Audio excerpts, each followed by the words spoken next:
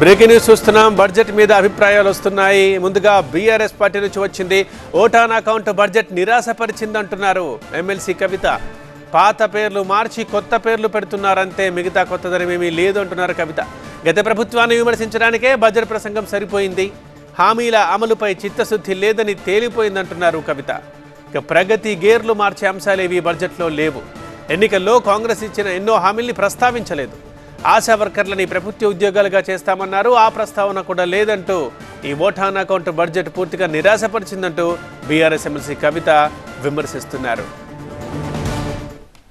తెలంగాణ రాష్ట్ర ప్రభుత్వం వాళ్ళు ఎన్నికైన తర్వాత మొదటిసారి పెట్టినటువంటి బడ్జెట్ని వినడం జరిగింది. ఇప్పటి వరకు జనరల్గా ఓటాన్ అకౌంట్ బడ్జెట్లో పూర్తి స్థాయి కేటాయింపులు ఉండకపోయినప్పటికీ కొత్త ప్రభుత్వం కాబట్టి సంపూర్ణంగా వారి యొక్క విధి విధానాలను రేపు ఫ్యూచర్లో రాష్ట్రంలో ఈ వచ్చే 5 సంవత్సరాల కోసం మరి ఎటువంటి కార్యాచరణ చేపడతారు, ఈ ప్రభుత్వం యొక్క ఓవరాల్ దృక్పథం ఏంటి అని తెలిసేటటువంటి బడ్జెట్ కాబట్టి మేము చాలా ఆశించినాం.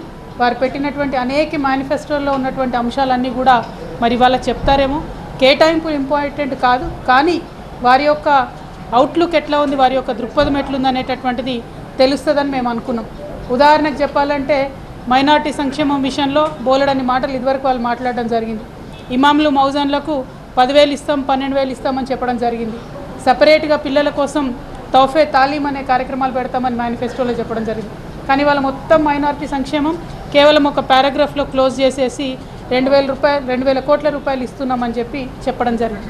అట్లా ఏదైనా కూడా మీదనే చెప్పిండ్రు తప్పితే సంపూర్ణంగా ఏదైతే ఎన్నికల ప్రచార సందర్భంగా మైక్రో లెవెల్ అంశాలు చెప్పిండ్రో వాటిని వేటిని కూడా బడ్జెట్లో పెట్టకపోవడం అన్నది ఈ ప్రభుత్వానికి చిత్తశుద్ధి లేదనేటటువంటి విషయాన్ని తెలియజేస్తూ ఉన్నది.